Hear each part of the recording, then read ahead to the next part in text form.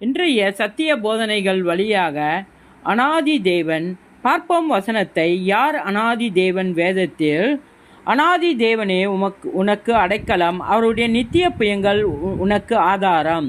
அவர் உனக்கு முன்னின்று சத்ருக்களை துரத்தி அவர்களை அழித்து போடு என்று கட்டளையிடுவார்.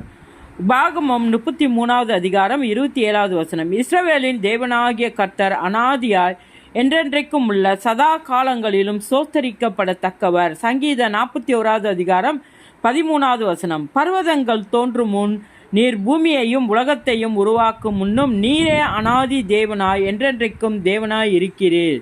சங்கீதம் 90வது அதிகாரம் 2வது வசனம். உமது சிங்காசனம் பூர்வ முதல் உறுதியானது, நீர் அனாதியாய் இருக்கிறீர். சங்கீதம் 93வது அதிகாரம் 2வது வசனம்.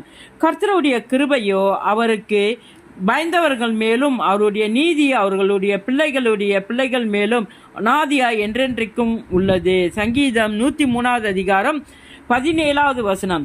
இஸ்ரவேலின் தேவனாகிய கர்த்தர் அனாதியாய் என்றென்றைக்கும் சோஸ்தரிக்கப்படத்தக்கவர். சங்கீதம் 106வது அதிகாரம் 48வது வசனம். வாசல்களே உங்கள் தலைகளை உயர்த்துங்கள், அனாதி கதவுகளே உயருங்கள், மகிமையின் ராஜா உட்பிரவேசிப்பார். சங்கீதம் 24வது அதிகாரம் 7வது வசனம்.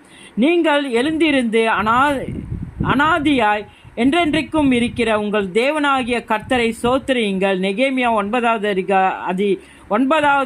அதிகாரம் 5வது வசனம். இஸ்ரவேலை ஆளப்போகிறவர் உன்னிடத்திலிருந்து புறப்பட்டு என்னிடத்தில் வருவார்.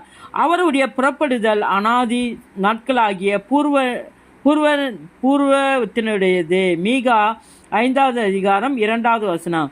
ஆம், அனாதி சிநேகத்தால் உன்னை சிநேகித்தேன், ஆதலால் காருண்யத்தால் உன்னை இழுத்து கொள்கிறேன். எரேமியா 31வது அதிகாரம் 3வது வசனம். இயேசுவின் நாமத்தில்.